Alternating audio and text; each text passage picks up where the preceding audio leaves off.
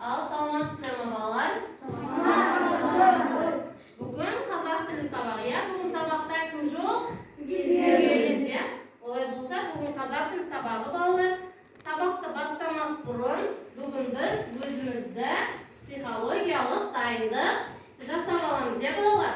Олай болса, кәнеки 1, 2, 3 сынып іші тып-тыныш, жалқаулықты тастаймыз, біз сабақты бастаймыз. Жарайсыңдар, тамаша. Олай болса, сабаққа дайынбыз ба балалар? Иә. Жақсы, дайын болса, олай болса, 3 топқа, топ басшысына мен бағалау парақшасын таратамын балалар. Осы бағалау парақшасына топтағы оқушыларды жазып отырып, жаңағы әр тапсырмада дескриптор бойынша не істейміз? Бағалап отырамыз, иә? Олай болса, біз өткен сабақта ол бағалау парақшасын соңынан өзімдегі қорытынды баға қылып, өзімдегі бағалап отырған парақшамен салыстыра отырып, қорытынды баға шығарамыз, иә? Олай болса, біз өткен сабақта балалар спорт туралы өтіп жатқанбыз, иә?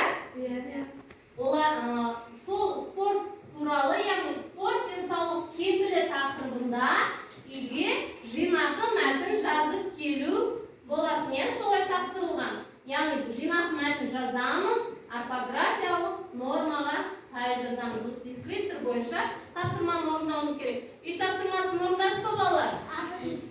Иә, тамаша. Олай болса, әр топтан топ басшысы қарап отырасың, бірақ әр топтан бір оқушыдан үй тапсырмасын сұрап кетеміз, иә? Кәнеки бірінші топтан жеңіс оқи ғой үй тапсырмасын. Үй тапсырмасы спорт денсаулық кепілі, спортпен айналысатын адамды спортшы дейді. Спортшылар елінің абыройын қорғау үшін басқа елдерге бағын сынап қайтады. Спортпен айналысқан адамның дені сау болады. Тамаша, жарайсың, отыра ғой. Келесі топтан Алмас оқи ғой.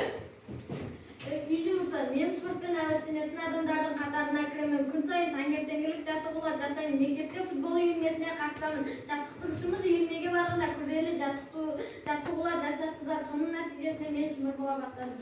Тамаша, жарайсың.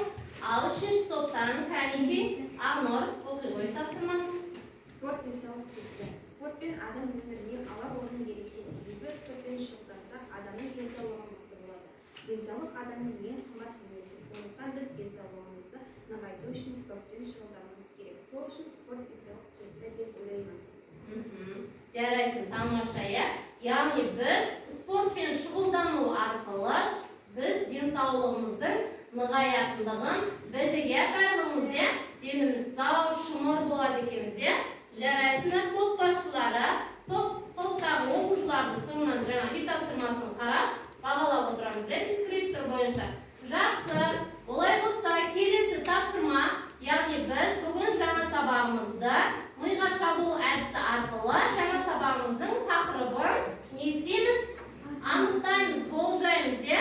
Мінекей, тақтада қараңдар, көп нүкте тұр, яғни көп нүктенің орнына сөз қою арқылы біз анықтайды екенбіз бүгінгі сабақтың тақырыбы не жайында екендігін.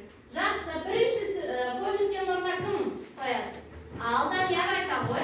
Жет атасын білмеген жетім болады. Жетесіз, иә? Яғни жет атасын білмеген жетесіз дейді, дұрыс па екен? Иә. Ал екінші? Ал Дана? Жет атасын білген жетімді көрмеген. Тамаша, яғни жет атасын білген жетімді көрмейді екен бала. Ал Ақмаржан, үшінші топтан? Жет атасын білген ол жеті жұрттың қамын жер. Жеті атасын білген ол жеті жұрттың қамын жер. Келесі Айбек. Жеті атасын білмеген құлағы мен жағын жер. Жеті атасын білмеген құлақ мен жағын жер. Ал енді осы жерде балалар, сендер өздеріңнің жеті аталарыңды білесіңдер ма? Иә. Кім айтады кәнеки? Ал Уәлихан. Әлімжан, Жиренше, Байдулла, Мырзабай, Алпысбай, Қунақ, Құдас. Жақсы. Ал Дәурен, Бөрібай, Боранбай, Аратбай, Сартай, Оразбақ, Батыр. Жақсы. Және Мамадияр, Серікбай, Тассемір, Құдайберген, Тұрдалы, Айдынбек, Сүйіндік.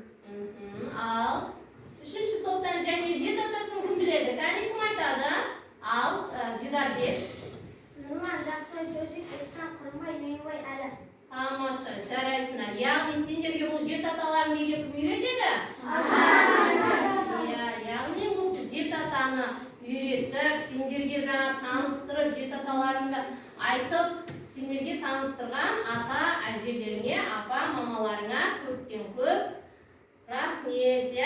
Яғни сонымен бүгінгі сабағымыздың тақырыбы балалар жеті ата ел танудың бастауы екен балалар. Жеті ата ел танудың бастауы. Олай болса бүгінгі сабағымыздың мақсаты мәтіннің атауын талқылау және алғашқы бөлігін тыңдау арқылы көтерілетін мәселені болжау. Яғни не істейміз бүгінгі сабақта біз? Мәтін атауын талқылайды екенбіз. Алғашқы бөлігін тыңдайды екенбіз. Ол жерде көтерілген мәселені анықтап болжайды екенбіз. Жақсы. Бұл жеті ата, яғни бізде балалар жеті ұрпақтан басталады екен. Яғни ата, әже, бала, немере, шөбере, шөбере, немере.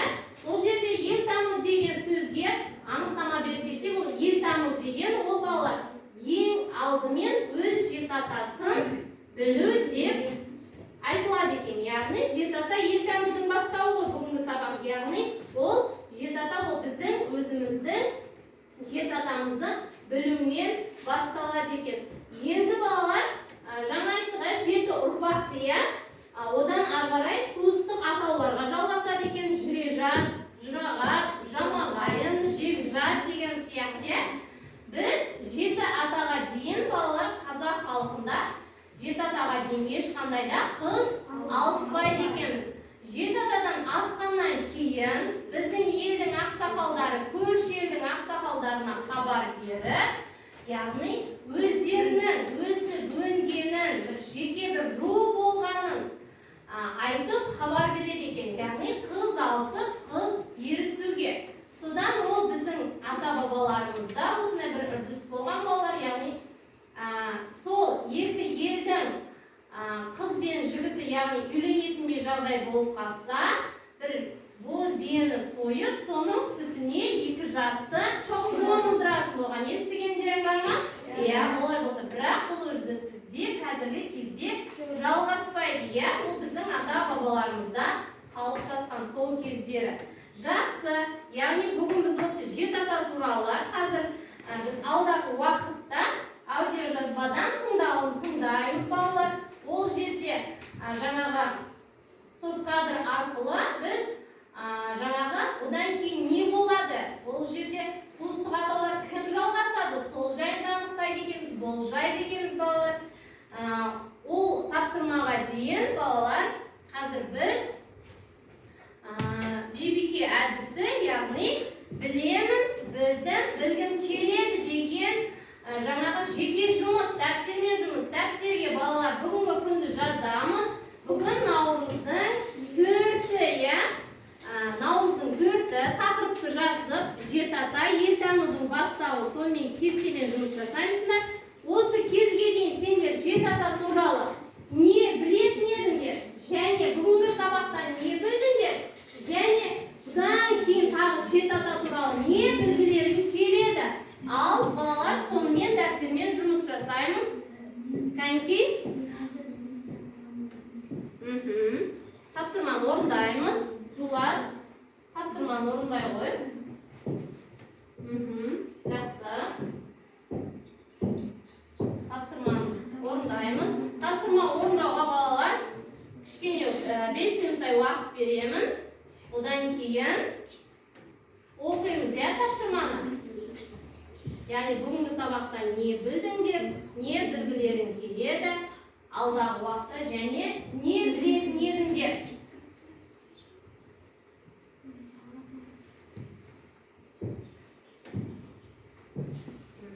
Тамаша, үлкен жаза ғой. Бүгінгі сабаққа дейін не білетін едік, жеті ата туралы. Ал қазіргі жаңа сабақты бастағанда не білдіңдер? Және бұдан кейін не білгілері келеді. Кішкене 5 минут уақыт беремін.